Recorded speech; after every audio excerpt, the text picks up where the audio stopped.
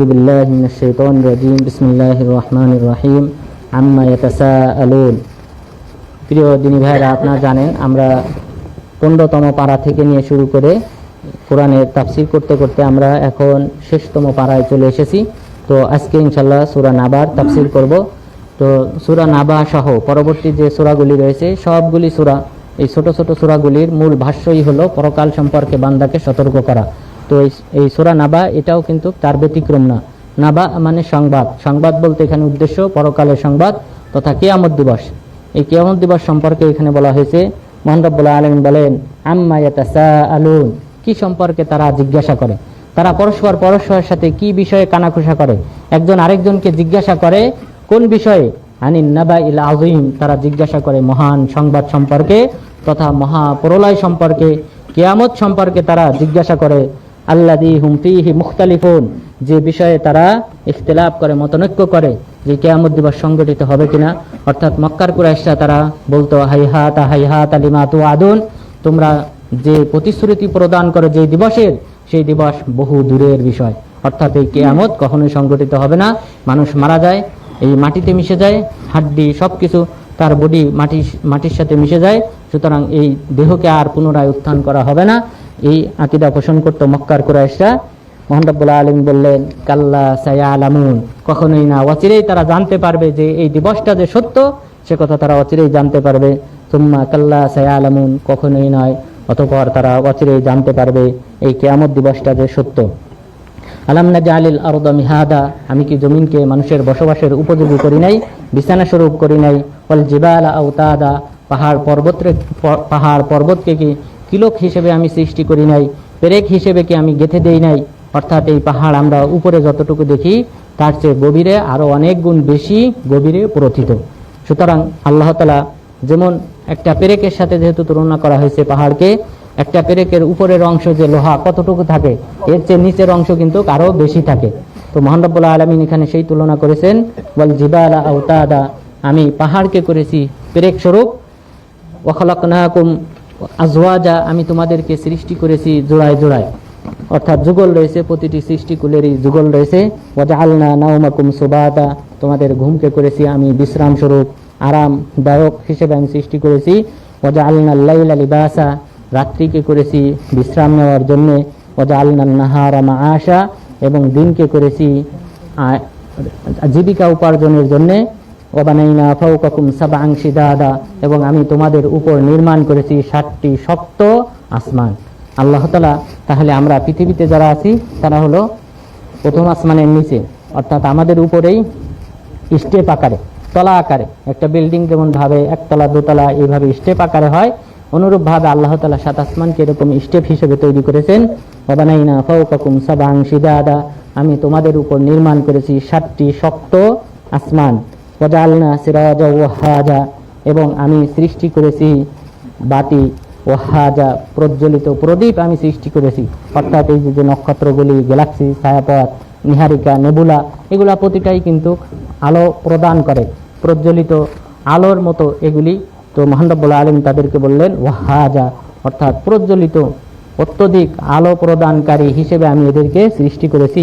ওয়া আনজালনা মিনাল মু'সিরাতি মাআন সাজ্জাজা, এবং আমি মেঘমালা থেকে অবতরণ করি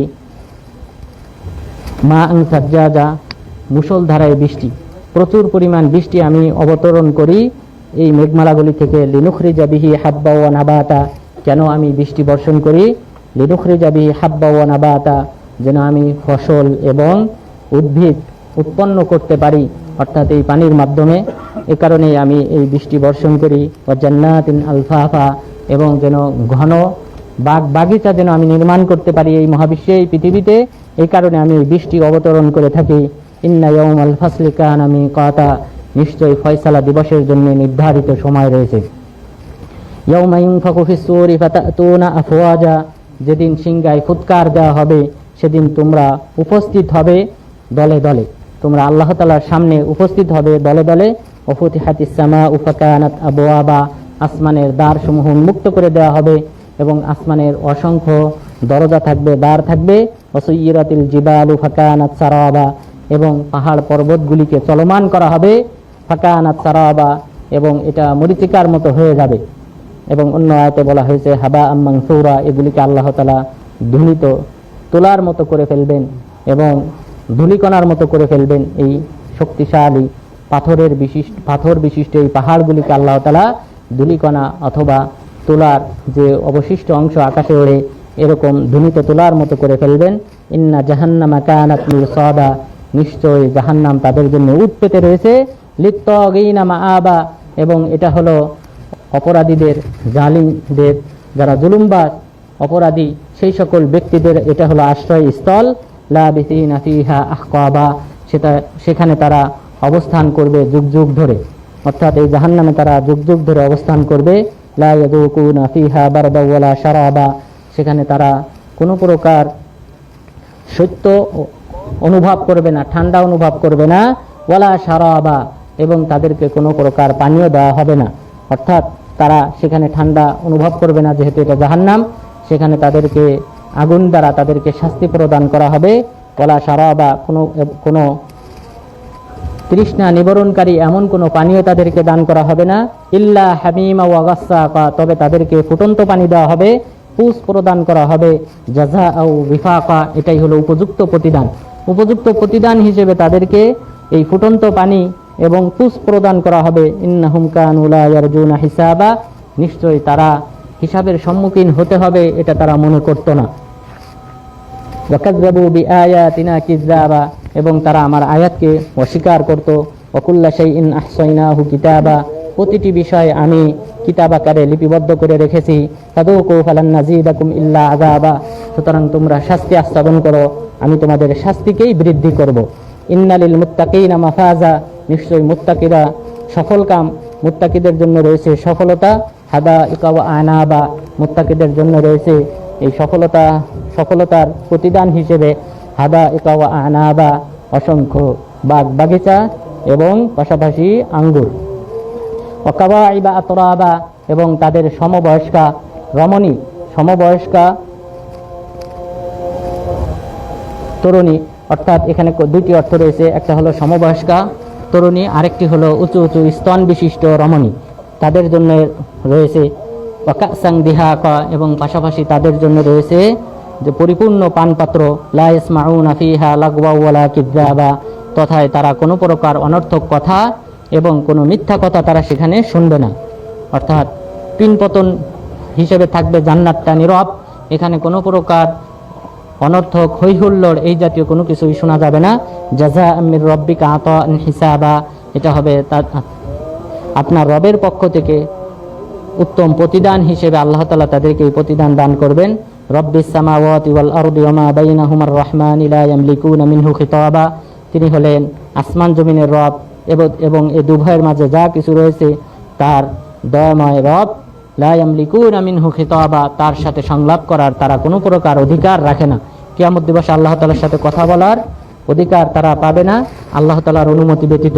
ইয়াউমা ইয়াকুমুর রূহু ওয়াল মালাইকাতু সাফফান লা ইয়াতাকাল্লামুনা ইল্লা মান আযিনা লাহুর রহমান ওয়া ক্বালা সাওয়াবা, স্মরণ করো সেই দিবসকে যেই দিবসে দণ্ডায়মান থাকবেন জিবরিল আলাইহিস সালাম এবং ফেরেশতাগণ কাতারে সারিবদ্ধ হয়ে, তারা কথা বলবে না, তবে দয়াময় আল্লাহ তাআলা শুধুমাত্র যাকে অনুমতি দেবেন সেই ব্যক্তিই শুধু কথা বলবে, এবং সে যদি কোনো কথা বলে সেটা সত্য কথাই বলবে, মিথ্যা কথা বলার কোনো সুযোগ থাকবে না। যালিকাল ইয়াউমুল হক, এটাই হলো সত্য দিবস। ফামান শাআ আত্তাখাযা ইলা রাব্বিহি মাআবা, সুতরাং কেউ যদি চায় তার রবের পথ অবলম্বন করতে তাহলে সেজন্য সেটাই করে। ইন্না আনযারনাকুম আযাবান করিবা, আমি তোমাদেরকে আসন্ন শাস্তি সম্পর্কে সতর্ক করছি। ইয়াউমা ইয়ানজুরুল মারউ মা কদ্দামাত ইয়াদাহ, স্মরণ করো সেই দিবসকে যে দিবসে মানুষ দেখতে পাবে সে যা অগ্রে প্রেরণ করেছে। ওয়া ইয়াকুলুল কাফিরু ইয়া লাইতানি কুনতু তুরাবা, এবং কাফের বলবে হায় আফসোস আমি যদি মাটি হয়ে যেতাম।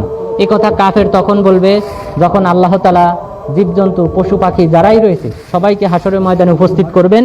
যারা জুলুম করেছিল এই দুনিয়াতে, এক পশু আরেক পশুর উপর, এক পাখি আরেক পাখির উপর, তাদেরকে উপস্থিত করা হবে, তাদেরকে কিসাস নেওয়ার সক্ষমতা দান করা হবে। কিসাস নেওয়ার পর আল্লাহ তাআলা এদেরকে বলবেন তোমরা মাটিতে পরিণত হয়ে যাও। যখন তারা মাটিতে পরিণত হয়ে যাবে তখন কাফেররা বলবে ইয়া লাইতানি কুনতু তুরাবা, হায় আফসোস আমিও যদি এদের মতো পশু পাখির মতো আমিও যদি মাটি হয়ে যেতাম তাহলে এটাই আমার জন্য কল্যাণকর ছিল। কিন্তু কিয়ামত দিবসে সেই আফসোস কোনো উপকারে আসবে না। সুতরাং আমাদেরকে আমল করতে হবে। আল্লাহ তাআলা যেন আমাদেরকে আমল করার মাধ্যমে আল্লাহ তাআলার এই জান্নাতকে অর্জন করার তৌফিক দান করেন। আমিন। ওয়া সাল্লাল্লাহু আলা নবিয়িনা মুহাম্মদ ওয়া আলা আলিহি ওয়া সাহবিহি আজমাইন।